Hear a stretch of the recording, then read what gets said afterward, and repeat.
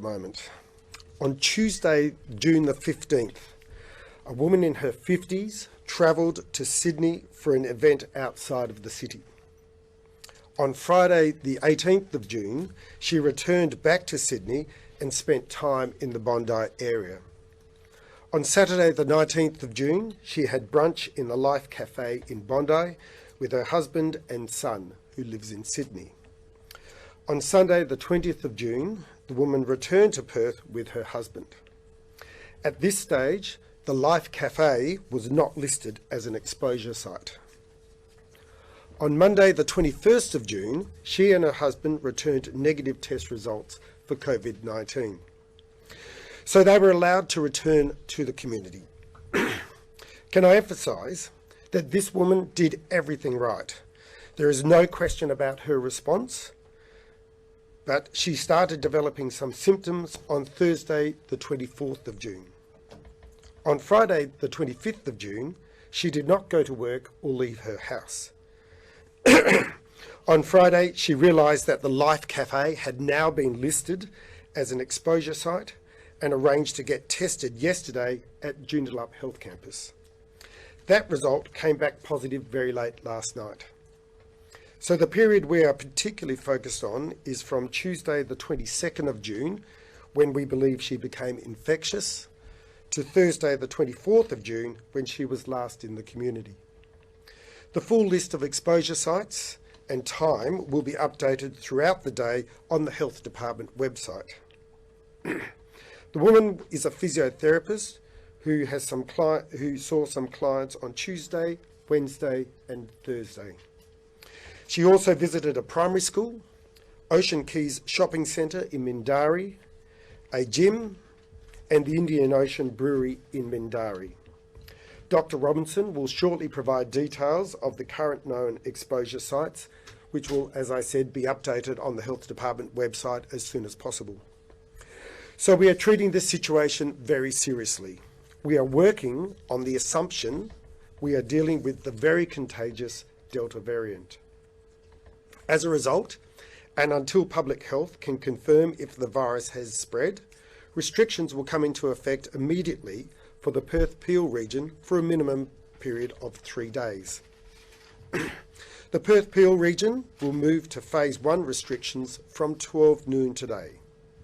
These restrictions include mandatory mask wearing indoors, on public transport and outdoors where physical distancing is not possible. Children under 12 and those who are exempt are not required to wear masks. Public events that cannot be restricted to 150 people will be cancelled or played without spectators today, including the Chicken and Beer Festival and the AFL West Coast Eagles versus Western Bulldogs match at Optus Stadium. The match will proceed, but without spectators. A 30-person limit in all homes for private gatherings. Hospitality, entertainment venues, including casino and nightclubs, retail, beauty and hairdressers, recreation centres, including gyms, Pilates, yoga, dance and swimming pools, and places of worship can remain open, but must comply with the 2 square metre rule with a maximum of 150 patrons. Community support is permitted. Wedding and funerals can also proceed, but will be limited to a maximum of 150 attendees. Hospitals with a maximum of 4 personal visitors permitted per patient per day. Mask wearing will be mandatory for staff and visitors. Anyone who enters a regional area from the Perth-Peel region is required to wear a mask as per requirements in Perth-Peel, and travel should be minimised. Travel to remote Aboriginal communities will be restricted. All these measures will be reviewed regularly, and the Chief Health Officer will continue to monitor the serious situation and provide more ongoing advice. We are also responding to the situation in relation to the granite gold mine in the Tanami Desert.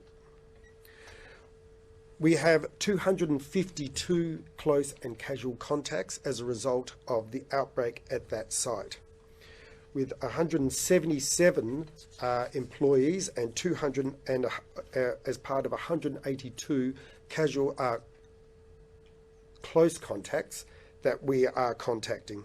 As of last night, 127, all those close contacts have been contacted by text. And as of last night, 127 of the 182 total that we will be contacting were contacted. 110 answered and 92 have been tested with so far 6 negative results and no positive results, which is a very pleasing outcome. Are there any questions? You've gone move very quickly, obviously, and is that really a response to the fact that you believe that this is Delta, and that's because of where this northern suburbs woman has been? We haven't obviously been able to undertake the full genomic sequencing in relation to this woman, but we are assuming that she has the Delta variant. In this case, we are responding to an unknown threat until we can actually understand the actual nature of the threat in relation to this outbreak. These are very proactive, deliberate and aggressive response to a potential threat to the Western Australian community. Have you learnt that lesson, or have you taken guidance from what's going on in New South Wales or in the Sydney Basin, and how quickly that's started to move through that community? Well, we've always moved quickly, as you know. We believe that we need to lock down and eliminate any spread of the disease wherever it occurs. But like you, we are watching the situation in New South Wales and see just how quickly and easily the Delta variant is transmitted within the community. So I think this is a proportionate response. The emergency management team will reconvene this afternoon and take further advice from Dr. Robinson and the team in relation to any further actions that we might be taking. You were also always fearful that that the virus could get into the FIFO industry, the mining industry. Is that of serious concern now, given the contact in the Northern Territory and the fact that there's so many close contacts? Well, look, there's obviously a lot of close contacts. These camps are very constrained in terms of the physicality, and can I commend the mining industry for its response yesterday. They contacted us very swiftly and assisted Health to take all the necessary actions, and we understand that Northern Territory Health have now taken control of that campsite to make sure that they can limit any spread of the disease. As I said, we have 252 close and casual contacts, 177 workers that we're particularly concerned about, but we are getting some pleasing results from those that we know were particularly in contact with this particular worker. You've seen some further outbreaks from the Northern Territory today, so that's a serious concern for us and may see further actions taken in relation to that. Given that further outbreak in the Northern Territory and the cases we're seeing spread around the country, are there any thoughts of an across-the-board hard border? What can we expect there? As I said, the emergency management team will be reconvening this afternoon, taking further medical health advice in relation to any other actions we have to take. Do you consider going further, Minister, and calling a lockdown? Look, we always consider going further. We want to make sure that we take every action that the Western Australian community would expect of us to keep them safe. So, look, we apologise for the inconvenience. The West Coast Eagles fans, people going to other festivals today. These decisions aren't easy, but we believe they're very necessary because we, at this stage, don't know the nature of the threat, and we have to make sure that we put everything in place to limit any spread that might be out there. Was thought given to letting the football go on and perhaps just requiring all patrons to wear masks? Well, Dr. Robinson was pretty clear in his advice that because we don't know the nature of this particular threat, but because we've got every reason to believe that it's the Delta variant, that we need to move quickly and deliberately and aggressively. So you might ask the other question, what if we'd let the footy go ahead even with masks and there had been outbreak? I mean, obviously people would be highly critical of us if we allowed it to go ahead in that context. Will schools continue? There's another week till the school holidays. Will they be open on Monday, Mike? Well, look, I mean, we need to take further advice. We haven't had advice at this stage that we need to close schools, but the school holidays are coming up, which mean we'll have further movement of populations across the state.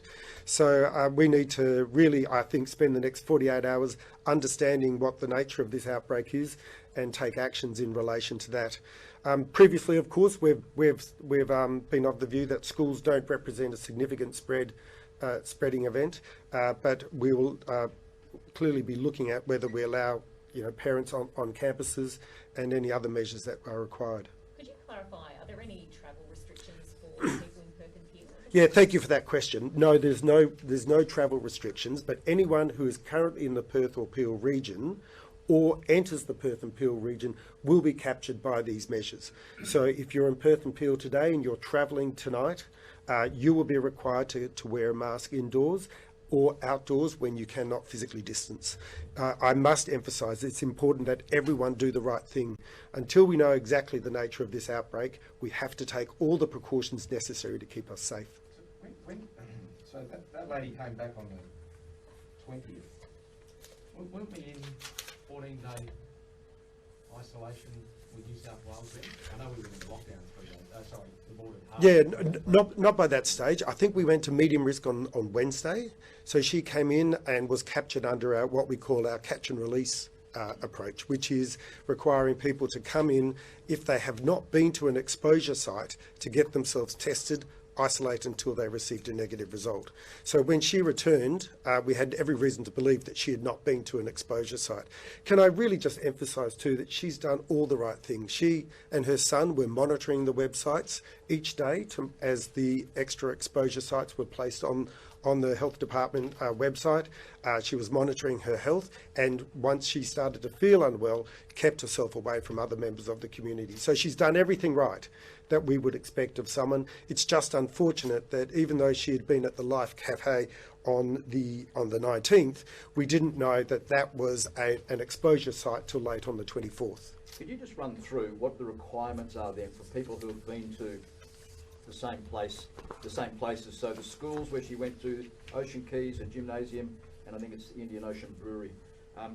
What's required of people who are there in between what dates? Well, I'll ask Dr. Robinson to provide a full list of all those sites and in essence to how they should respond. Is there an early gauge on how many potential contacts you're looking at? Well, I'm looking at some of those venues, particular Ocean Keys Shopping Centre and the Indian Ocean Brewery. So you can imagine that we're going to have a significant number of casual contacts as a result of this outbreak. Close contacts, I'm still yet to receive advice. Is there a real worry that minors have potentially been wandering around the community since last Friday when that first flight came in? Look, we're very concerned about this particular case. This requires the response that we are taking. As I observed, the woman had been to a number of primary schools, although we're still yet to fully understand the nature of that exposure, and had been to places where there would be a lot of people potentially in close quarters if you're looking at a hospitality venue. So we just need to make sure that we, first of all, understand the nature of her activities in those sites, and as a result of that, making sure that we can then do the contact tracing necessary. Can I once again remind people that this strongly re-emphasises the point that if you're going to any venues, you must use the Safe WA app. You must take the precautions necessary to make sure that we have the information we need to contact trace. And if you are feeling unwell, to get yourself tested.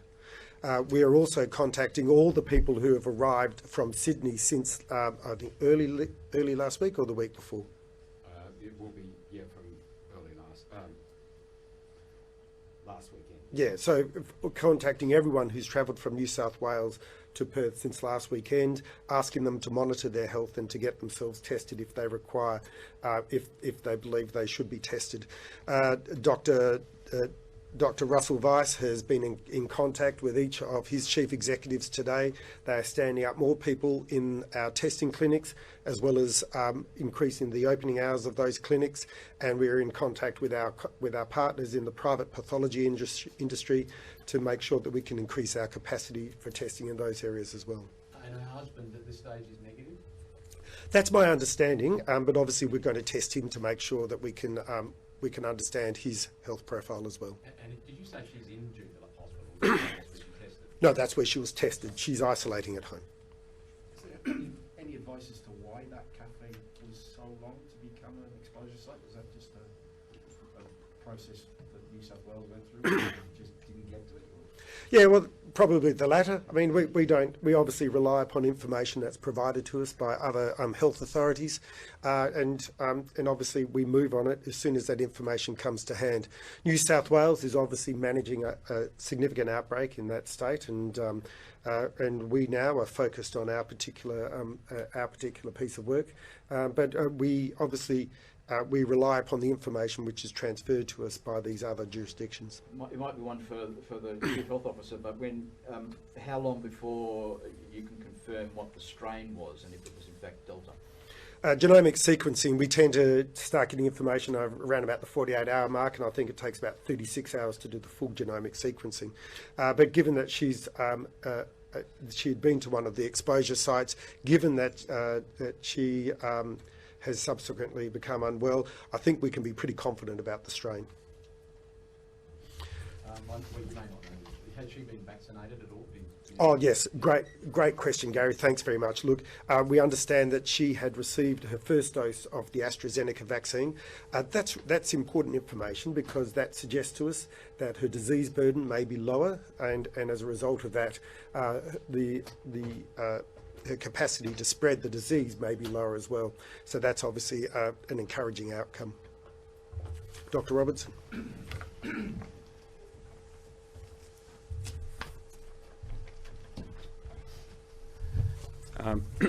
Thank you. There's probably a couple of questions there that I can elaborate on. I think there was a question around the Tanami Desert one, around the 18th. We are not concerned about that group because we have actually looked at the timing of that group, and there was probably at most 10 minutes at the airport, and he probably wasn't infectious at the time.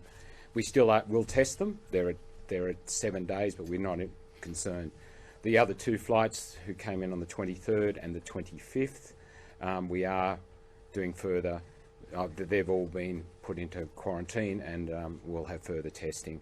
But as the Minister said, then, while we're following them up, and we haven't had any positive tests as of yet, although there are now reports coming out from other jurisdictions of positive tests amongst this group. Is he Delta? Did he have the Delta strain? The gentleman in the Tanami, yeah. Yes. Yeah, it was a different Delta strain because it was the Delta strain related to the Queensland Novotel Langley Hotel, and so it is a different strain from the Sydney strain. Can you say why he only went into Brisbane hotel quarantine for a day? So the reason he went up to Brisbane is he was flying to obviously to go to work. When he got, because of the requirements in Queensland at the time for people travelling from Victoria into Queensland, the decision was made by the Queensland government that he had to go into a quarantine hotel, and he was placed in that hotel in the Novotel Langley, and unfortunately became infected whilst there. Yeah. So only quarantine for 1 day. You put him into a hotel, and he's got infected. I mean, what is that telling us? It's telling us that the Delta strain is very infectious, and I think we have to be, and that's why we're taking a number of the precautions we are with this outbreak here. Does it tell us anything about hotel quarantine? Look, I think one of the issues here is we don't generally put domestic people in with international people, and I think there is a message there that obviously we need to continue to look at our processes and to make sure that we don't inadvertently get people cross-infected. Do you know what the modelling is on Delta at the moment in terms of if one person's got it, what the chances are of others in contact catching it? Yeah, it's certainly a lot more infectious than either the Alpha strain or of the original strain. How much more infectious is hard to say. It's probably 40 to 60% more infectious than the Alpha strain. So we're looking at one person, but getting up to 3 or more people infected. But we have to remember here that the issue we have with this disease is we get super spreaders. So we get people who can actually infect a lot of people. So just with this particular situation, the reason that the Life Cafe wasn't reported up to this stage was they hadn't identified one of the key individuals until midweek. This was the elderly lady in Sydney who had been to a number of places, including the Life Cafe, including the hairdresser and a number of other places. When they went back, they obviously discovered a number of the people who had been visiting or working in those places were infectious, and that's why they were updating at the end on the 24th, and she became aware of that on the 25th, was unwell, and went and got herself tested, so did the right thing. The infection rate, I suppose, is the reason for the masks, airborne. Yeah, so masks certainly have a very key role to play in reducing spread in this, particularly where people can't physically distance themselves. So it is a critical thing, and so obviously people going to work whilst indoors, those kind of things, it certainly will reduce it. What I can provide is some further details on the sites that she visited, if that was useful. So, having been tested negative on the 21st of June, her husband was also tested negative at that stage.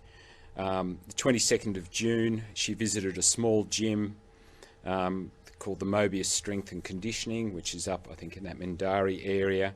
She then, later in the day, in that evening, went to the Coles at Ocean Keys in Mindarie.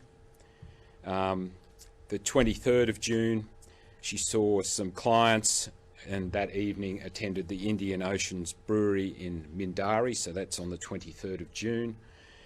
On the 24th of June, she attended the Burbridge Special Skills School in Condola, and she saw some clients there, and then in the afternoon she attended the Connolly Primary School in Connolly, and again saw some clients there. She then attended the Coles and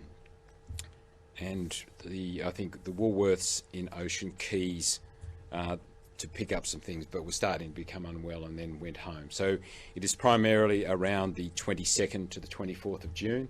All of those will go up on our website. She did also attend an IKEA, I think, believed on the 22nd of June. So we're still getting details of places she has visited, as people remember. But to re-emphasise, the Safe WA is a very important part of our contact tracing, and I strongly encourage people to actually ensure that they do use the app or register if they're entering any of these any places over coming days. So the people who've been here at the same dates as those, between those dates, should they get tested? So anybody who's been, we obviously encourage. We're in the process of contacting people through identifying who the close and casual contacts are in those various facilities, and we'll put up on the website the exact time. So it will be between, for example, what time she was at the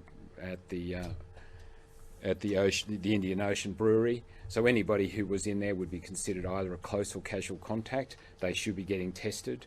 Obviously, if they're identified as a close contact, they will be notified, and they need to quarantine.